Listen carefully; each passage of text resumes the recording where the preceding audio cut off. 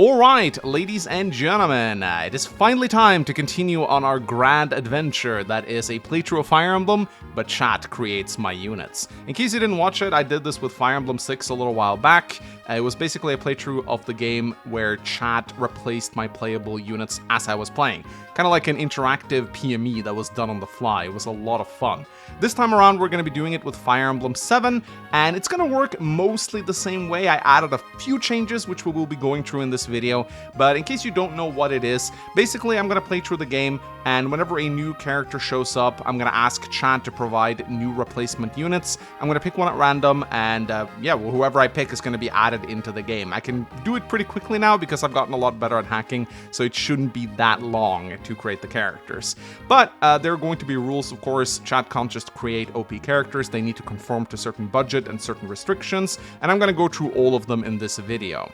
However, before we do that, I would just like to say that if you have some GBA portraits lying around that you would like to submit for this playthrough, I'm always on the lookout for more. Even if you submitted them for the previous run, do send them again because I am always on the lookout for new ones. So, just mail any portraits you have to mangsmemes@gmail.com and I will put them into my folder, and then you might have a chance of your portrait popping up on stream.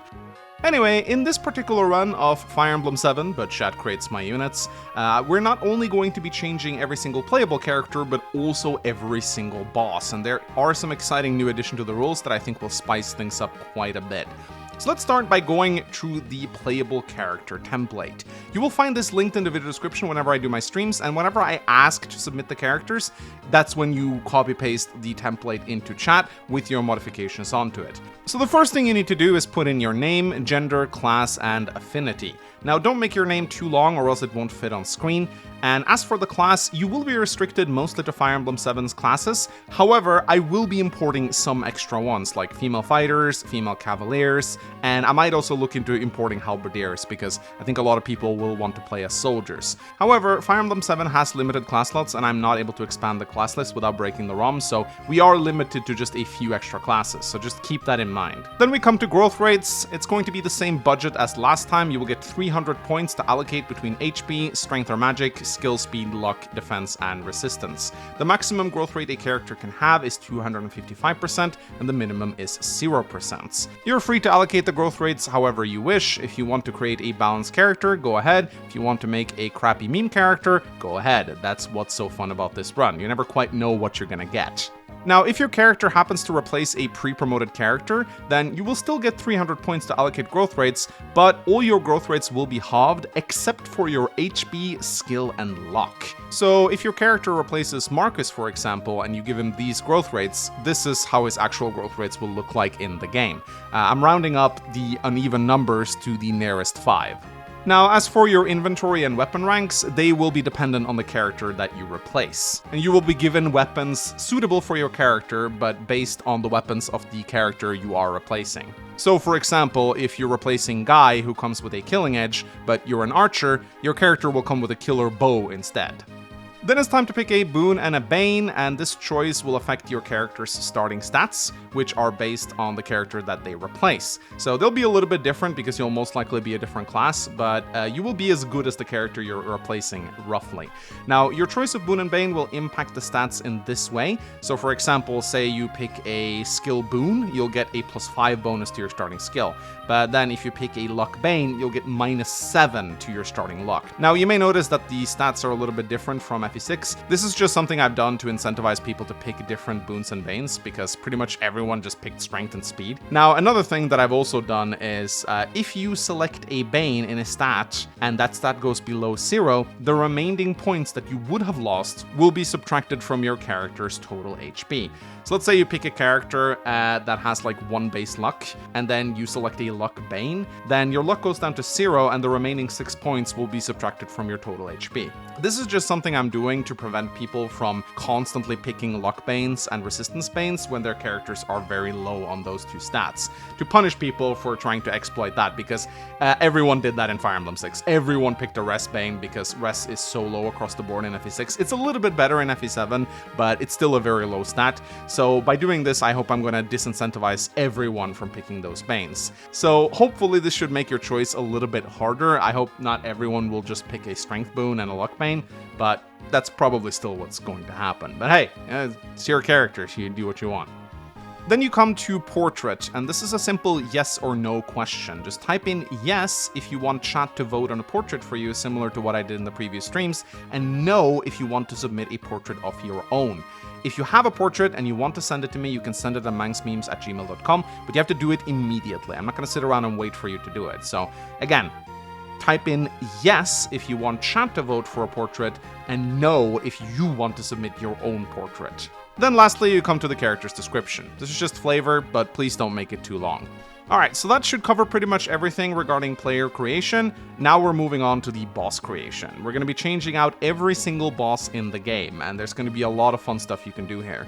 Now, as with the playable character template, first you put in your name, your gender, your class, and your affinity, and a Boon and a Bane similar to the players. However, there is no need to put in growth rates, because bosses don't really have growth rates, they just have base stats.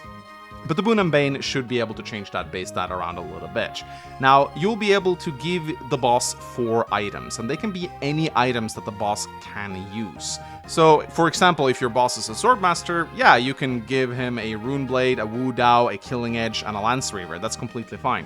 But you can also give your boss support items such as Elixirs and Vulneraries. That's fine too. However, if your boss character can use magic and or staves, like for example a Sage or a Bishop, I am limiting the inventory to either a single status staff or a single Siege Tome. You don't get more than that. So sorry, you can't create a Sage and put 4 Boltings on him, nor can you put a Berserk, a Sleep, and a Silent Staff on him. I'm just not gonna put up with that. That was way too tedious in the Fire Emblem 6 Pick My Units, so I'm just limiting that right now. However, you can still pick a Sage and give him a Bolting and then put 3 other tomes on him. That's completely fine. Or you could give him a Physics Staff, for example. That's also okay. And it can be any item. There's no gold limitations or anything like that.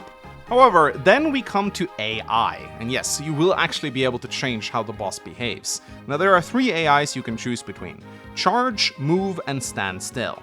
Stand still is what most bosses do. That means they'll hold their ground and they'll only attack units that come within their range. However, if you select Move, they will move to attack you, but only that. However, if you select Charge, the boss will move right from the start and come right at you. So yeah, if you choose this option, you risk making the map easier or harder depending on the boss and depending on the objective.